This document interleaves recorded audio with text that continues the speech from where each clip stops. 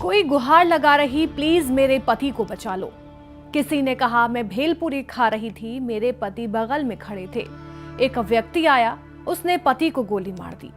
उसने पहले पूछा कि तुम्हारा धर्म क्या है, तुम मुस्लिम हो? जब पति ने कहा नहीं, तो उसने सीधे फायरिंग कर दी। ये कहना है एक महिला का जो अपने पति के साथ कश्मीर घूमने गई थी। महिला ने रोते हुए पूरे हमले के बारे में बताया। महिला ने कहा कि हमलावर नाम और धर्म पूछकर निशाना बना रहे थे। गोली लगने के बाद काफी देर तक मेरे पति जमीन पर ही पड़े रहे। फिर स्थानीय लोग मदद के लिए आए और उन्हें अस्पताल ले गए। हाथों में लाल चूड़ा पहने एक युवती की चीख और आंखों में बरसते आंसू हर किसी के दिल को दहला देने वाले थे। पति का शव मैदान के बीचों बीच पड़ा था। कभी वो उसके पास जाकर इस आस में उसे झकझोर रही थी कि मानो वो उठ बैठेगा, और कभी वो वहां मौजूद कुछ पत्रकारों और लोगों तक मेरे पति को बचा लो की मदद मांगती नजर आ रही थी। दूसरी तरफ एक महिला पर्यटक घायल पति को किसी तरह से उठाकर किनारे ले गई, किसी तरह से कुर्सी पर बैठाया, उसके बहते खून को रोकने के लिए अपना स्टॉल उसके गले पर बांधा। तब तक वो खुद भी खून से सन चुकी थी। सहमी सी वो महिला भी बस चिल्लाती रही कि मेरी हेल्प करो, मेरे पति को बचा लो। तो वहीं एक पर्यटक ने कहा कि सब कुछ अच्छा गुजर रहा था, हमें लगा कि ऐसा कुछ नहीं होगा, लेकिन ये बेहद दुर्भाग्यपूर्ण है। उसके दोस्त ने बताया कि वो अभी भी डर के मारे कांप रहा है। पर्यटक ने कहा कि करीब 100 राउंड फायरिंग हुई।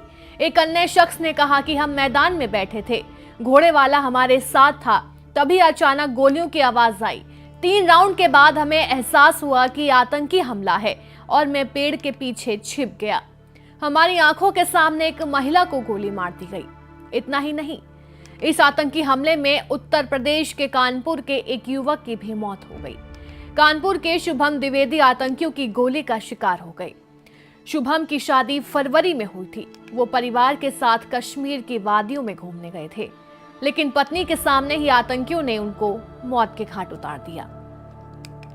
साथ ही पल्लवी ने बताया कि मैंने आतंकियों से कहा कि मैं अब यहाँ क्या करूंगी, मुझे तो जीते जी मार दिया, अब मुझे भी मार दो।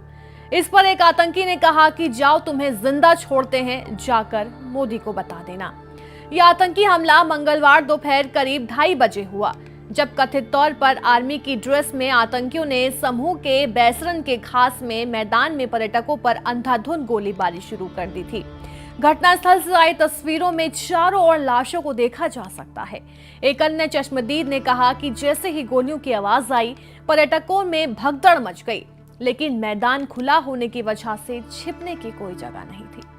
मिनी स्विट्जरलैंड कहलाने वाली बैसरान घाटी मंगलवार सुबह से दोपहर होने तक पर्यटकों की खिलखिलाहटों से गुलजार थी। अचानक से खिलखिलाहट चीख पुकार में बदल गई। कार आतंकी आए और अंधाधुंध गोलियां बरसाकर चले गए। पीछे रह गए गम और दर्द। भय से कुछ वक्त खामोश हुई बैसरन घाटी। अचानक से चारों तरफ से आ रही रोने की आवाजें और बचा लेने की गुहार लगाती चीखों से गूंजने लगी। जिसे जहां और जिस तरह राह दिखी भागने लगा। किसी के चेहरे पर खून की छींटें थी, किसी की गर्दन से खून बहने लगा था, किसी के हाथ खून से सने थे। मैदानी इलाकों में पड़ रही भीषण गर्मी के चलते लोग इस समय पहाड़ी इलाकों की तरफ रुख कर रहे हैं। काफी संख्या में पर्यटक जम्मू कश्मीर पहुंचकर वहां की वादियों में घूम टहल रहे हैं, लेकिन मंगलवार को वादियों में घूमने का मजा पर्यटकों के लिए सजा बन गया। कुछ देर उन्हें लगा कि वो वादियों में नहीं, जैसे किसी कैद खाने में हो, और उन्हें चुन चुन कर निशाना बनाया गया। इधर पहलगाम आतंकी हमले को देखते हुए पीएम मोदी ने अपना विदेश दौरा बीच में छोड़ने का फैसला किया। बता दें कि पीएम मोदी इन दिनों सऊदी अरब के दौरे पर गए थे। दौरे के दौरान वो आधिकारिक डिनर में शामिल नहीं हुए। वो बीती रात ही सऊदीया से रवाना हो चुके।